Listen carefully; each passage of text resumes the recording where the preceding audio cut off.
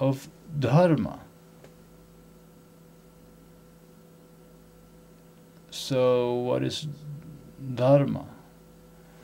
Dharma is, well, it has many meanings, of course, but one of the meanings is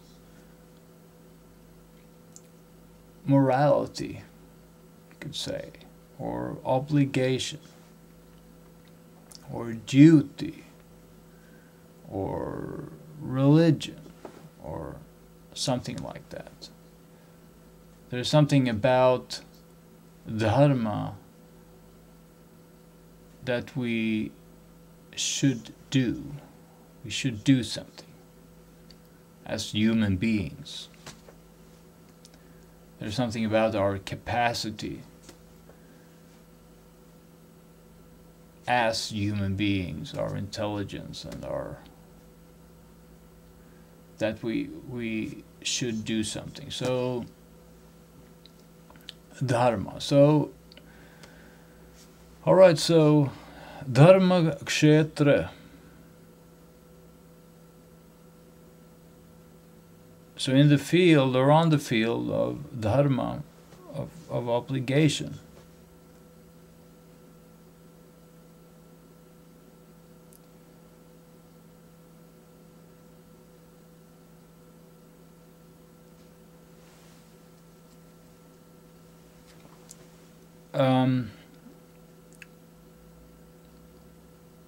actually, so all right. So Prabhupada here in this word-for-word translation, Prabhupada talks about pilgrimage here instead. So dharma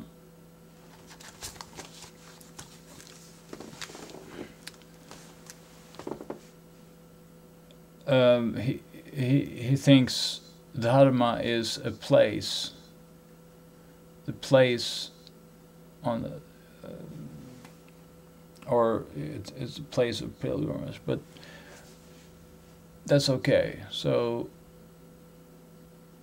in any case, what Dhritarashtra is pointing to is there is something we should do. And all right, so let's take next word. Kuru-ksetre. We have the same locative case again, and this time it's about Kuru.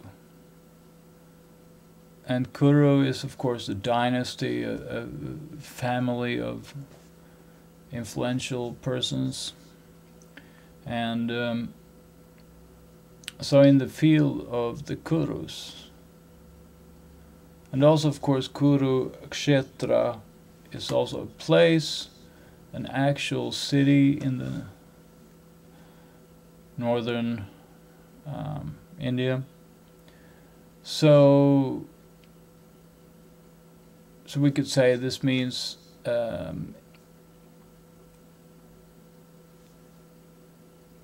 at Kuru-ksetra.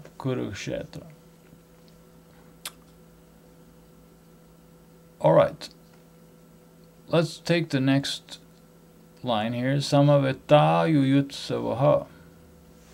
Samavetaa is simply assembled, and yuyutsavah means desiring to fight. Maamakaah.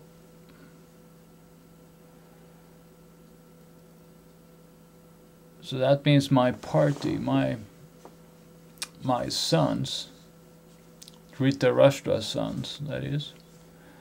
And paandavaascaiva means the sons of Pandu.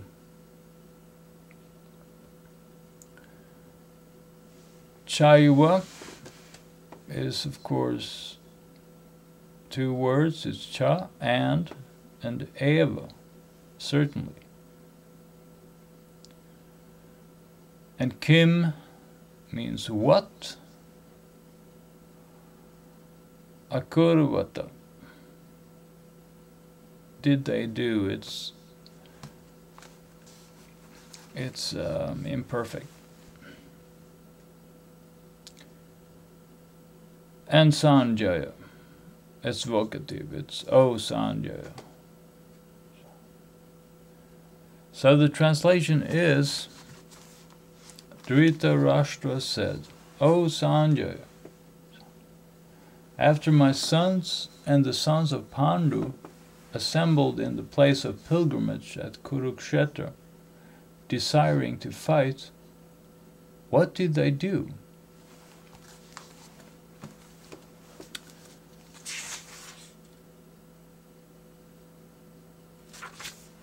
So let's take Prabhupada's translation, or excuse me, purport first, and then we can talk about that.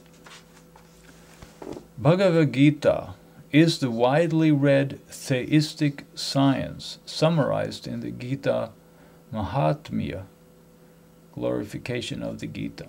There it says that one should read Bhagavad-gita very scrutinizingly, with the help of a person who is a devotee of Sri Krishna, and try to understand it without personally motivated interpretations. The example of clear understanding is there in the Bhagavad-gita itself, in the way the teaching is understood by Arjuna, who heard the Gita directly from the Lord. If someone is fortunate enough to understand Bhagavad-gita in that line of disciplic succession, without motivated interpretation, then he surpasses all studies of Vedic wisdom and all scriptures of the world. One will find in the Bhagavad-gita all that is contained in other scriptures, but the reader will also find things which are not to be found elsewhere. That is the specific standard of the Gita. It is the perfect theistic science because it is directly spoken by the Supreme Personality of Godhead, Lord Sri Krishna.